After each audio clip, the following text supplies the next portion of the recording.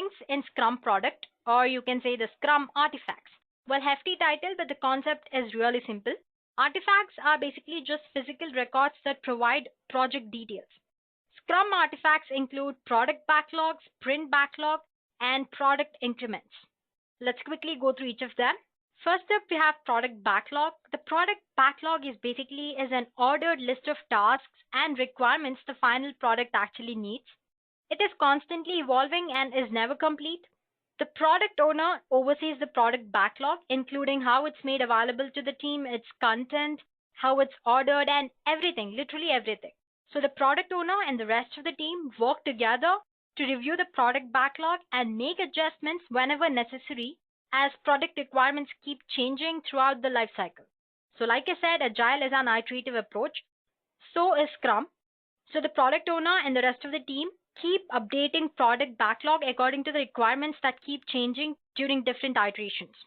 So for each item in the product backlog, you should add some additional information like the description, the order as in the priority order within which the whole backlog is listed, the estimate time, and the value it has in the business.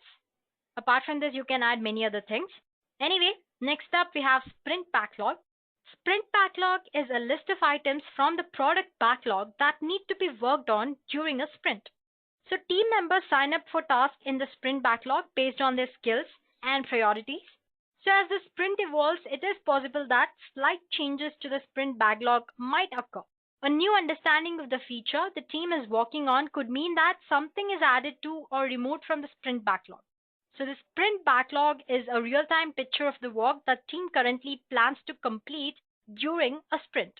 Well, if it seems too much theory, don't worry about it. When we discuss how the Scrum process actually works, you'll understand what a sprint backlog is. Moving on, we have something called burn down charts. A burn down chart is a graphical representation of amount of estimated remaining work.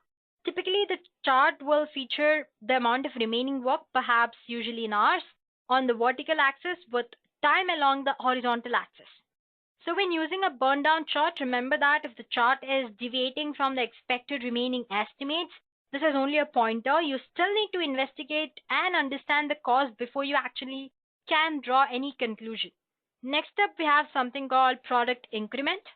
A product increment is the sum of product work completed during a sprint combined with all the work completed during previous sprints.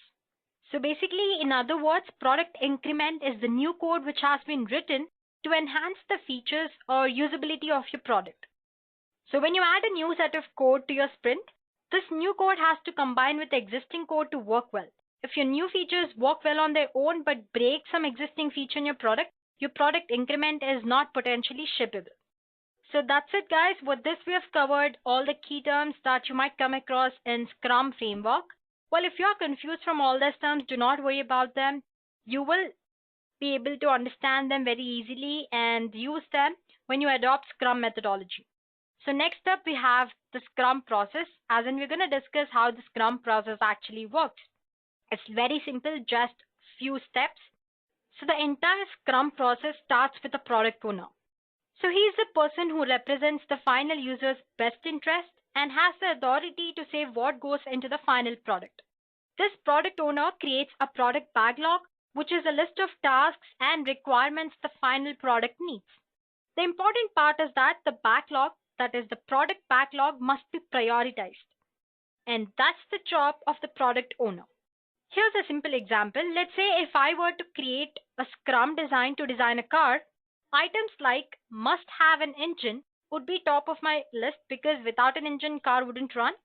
Must be painted red would be my last priority, or it could be last in my product list because painting a car is anything which you can do later. So it's not of a much priority.